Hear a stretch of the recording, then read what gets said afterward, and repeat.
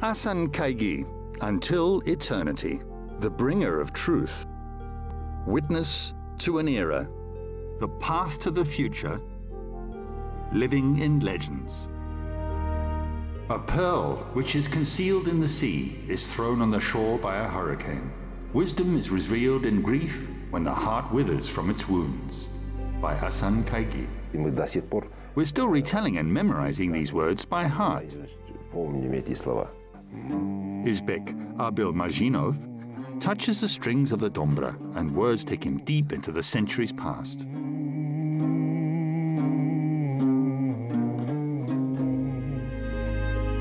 Only legends are left of him, although he was a real man. And he lived in an era when some empires had collapsed and others arose. He himself helped create new states, and one of the most mysterious personalities in the history of Kazakhstan is Hasan Kaigi, the sad Hasan.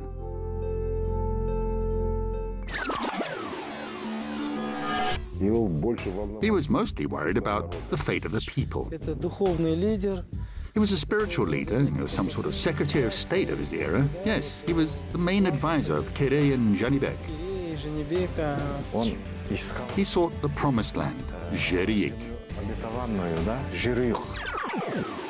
Chapter 1, the bringer of truth. If each of the singers wanted to represent their own kind in a more favorable light, then Hasan Kaigi was the wisest. His songs were bottomless and sad, and as a mighty river absorbs countless streams, they absorbed the hopes and aspirations of all Kazakh families and tribes. From Ilyas Esenbelin, The Concealed Sword.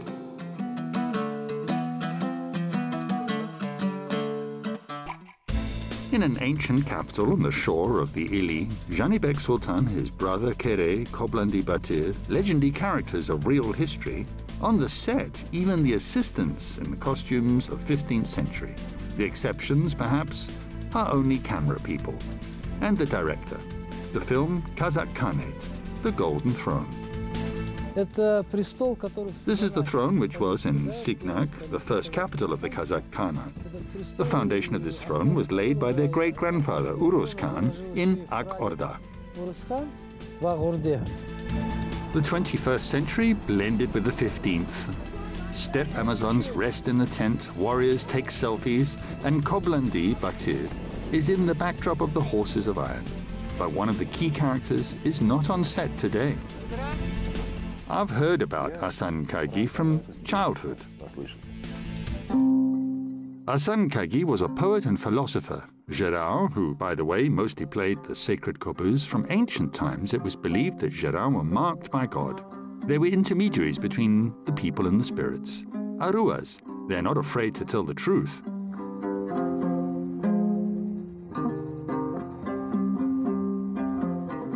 Gérard write history of the people, and they were called prophetic poets. It was believed that they can foresee the future. Perhaps that's why many of them became advisors to the Khans.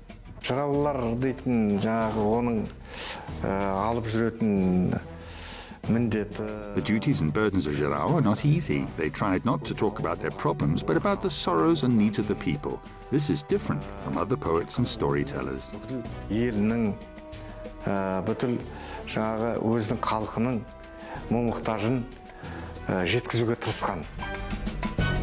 Do not scold your time. The itch of perfection is a lie. Don't get upset with the argamak. You won't find a better horse. From Hasan Kaigi. Kazakh traditions preserve the image of an honest man, bold and uncompromising. There are a lot of legends about the philosopher Hasan, and it seems that many of them developed during his lifetime. But there's not enough of reliable information. Chapter 2, Witness to an Era. It's said that Hasan Kaigi was a physically strong person, trained in military science and well-educated, and, most likely from childhood, he understood all the subtleties of hunting. How hard is it to train such birds? A month or two, maybe more. It all depends what kind of bird you train and what it should do. According to legend, Hasan's father was Sayatchi, a hunter and an animal trapper. Hasan Sabituli, presumably this was the real name of the poet, led his family from the famous Mikey B, one of the advisors of Genghis Khan, who traveled with him in one cart. Genghis Khan, when he was a child, ran up to the Kerulen River and the Altai. 12 bees, led by Mikey, went looking for him to persuade him to become a Khan. Finally, they found Genghis, they built a cart which harnessed 11 bees, and Mikey Bee sat next to the Khan and became the first bee. Legend of Genghis Khan's election by Grigory Potanin. Hasan was born in the 60s of the 14th century. So, the time of his youth and the maturity just happened at the time when the next redistribution of the world. The Golden Horde is going through hard times, defeated by Tamerlane, and the once unbreakable state was divided into many khanates. A series of troubles and the arrival of false leaders was the end of all the formation of national states. This refers to the Uzbek Khanate, the Kazakh Khanate, the Nogai Horde, and others. То есть имеется в виду того же узбекского ханства, казахского ханства, ногайской орды. And Hasan was not just a witness of these historical events, he participated directly in them. So where are we now? Well, this is the Golden Horde city as we consider Sarai, the correct name of Sarai al-Makrus, which means God's palace in Russian. Sarai Batu is the wrong name. This arose in literature later. Just a 2-hour drive from Astrakhan, according to one of the versions, this city was founded by Khan Batu. Today, it's a settlement of Seliterenoi and an object of study of archaeologists. 120 kilometers north of here, there's another city, the second capital of the Golden Horde, Sarai al-Jadid, the new palace. There are solid traces of the destruction. It's believed that Sarai al-Jadid was destroyed by Tamerlane. It happened about the time when Hasan was about 30 to 40 years old. It's likely that he was a witness and was born in one of the Golden Horde capitals. Perhaps Hasan Kaigi was born not in the city itself. His father was a bird trainer and a real sayadchi. He caught golden eagles and educated them, so he must have been living close to nature. Another assumption, his father Sabit lived on the bank of the Sirdarya in the Aral Sea, where he was engaged in hunting. This version is a bit different, the native land of the nomad philosopher in the Caspian region on the shores of the Urals. At least, we know that he had been here many times. The fact that he lived in our region is a historical fact. Whether he was married or had any children is still unknown. Only legends remain. In one of them, it was predicted that Hasan would find his fate in the waters of the Irtish, and it came true. He met the daughter of the river Sultan. But he did not fulfill the request of his betrothed. She turned into a bird and flew away and took her unborn son with her. Since then, he was called Sad. Presumably, this is a poetic transcription of the story of lost love. Allegedly, Hasan's beloved wife, the daughter of one of the bees, died during childbirth. Chapter 3. The Path to the Future. And then the incredible happened, writes Ilyas Izinbelin. The Khan, before whom the enemies trembled, bowed in a deep bow before the old folk singer. This had never happened in the steppe. And the words of greeting he said are not the one the Khan should say. Hello, Grandfather Hasan. According to an ancient custom, they hug each other 3 times over their shoulders, like people doing the same thing. Unite the Kazakhs and fight for the land of your ancestors. Semireche for us is the promised land. If not for you, then for the descendants it will bring happiness. From Ilyas Izinbelin, The Concealed Sword. It's interesting that when Hasan became advisor to the Khan of Jibek, he was about 100 years old. It's said that he was at first an influential bee, and for a time he lived in the capital of the Golden Horde. And then he was an advisor to Ulu Muhammad, who founded the Kazan Khanate. According to one of the versions, Hasan's mother was the sister of Ulu Muhammad. After his death, Hasan returned to Deshti Kapchak. And again, the time was troubled. The Sultans Kere and Janibek left the Khan Abul Khair. It's interesting that according to one of the versions, which the writer Ilyas Esenbelin adhered to, it was Hasan Kaygi who advised Jibek and Kereya to move to Semirechye. The first Kazakh tribes, headed by Kereya and Jibek, settled in the area between the Volga and the Urals, but then migrated. There are wild deers in the steppes, and the silverfish play in the shallows of great rivers. And people do not know what famine is. By Hasan Kaygi. Hasan Kaygi begged to stay here. Here, it was a rich natural condition. Well, apparently the Kalmyks and the Bashkirs did not allow any rest.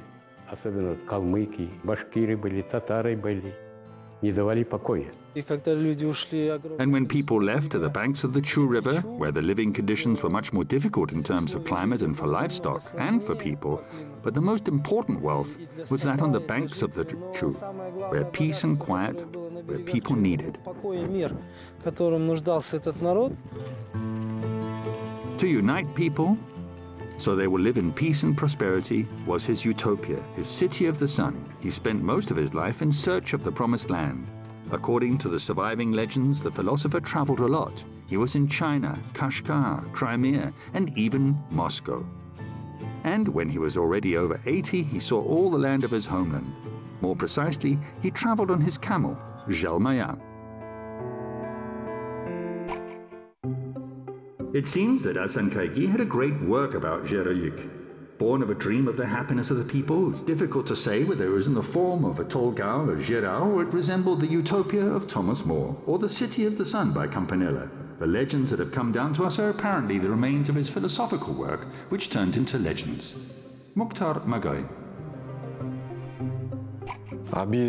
He traveled all over Kazakhstan, seeking the promised land, Zheroyuk. And he compiled an oral geographical atlas of the new state. The Chu River, the swamp, the children could be ill. Karatau, there were no birds except the cuckoo, no smells except the smell of weed. Sirdarya, the upper reaches are rich, but there's not much room for them. And so, it's about many regions. He was looking for not just an ideal place to live, he was looking for a way into an ideal future and was not afraid to tell the truth. The people's favorite, an informer of folk's thoughts to the ears of the Khans, and in the opposite direction, the thoughts of the Khans back to the people. His words were better than weapons. Without me, you won't know the truth, and without truth, people will suffer. Hasan Kaygi, addressed to Jibek Khan. Still, most researchers tend to believe that the story of Hasan Kaygi is the story of the lives of several people. When we're talking about Korkut or about Hasan Kaygi, after all, these are also collective images, images that in themselves nurtured the idea of finding a fertile land, a promised land. Образы, которые в себе вынашивали идею поиска благодатной земли, земли обетованной. Epilogue. Living in legend.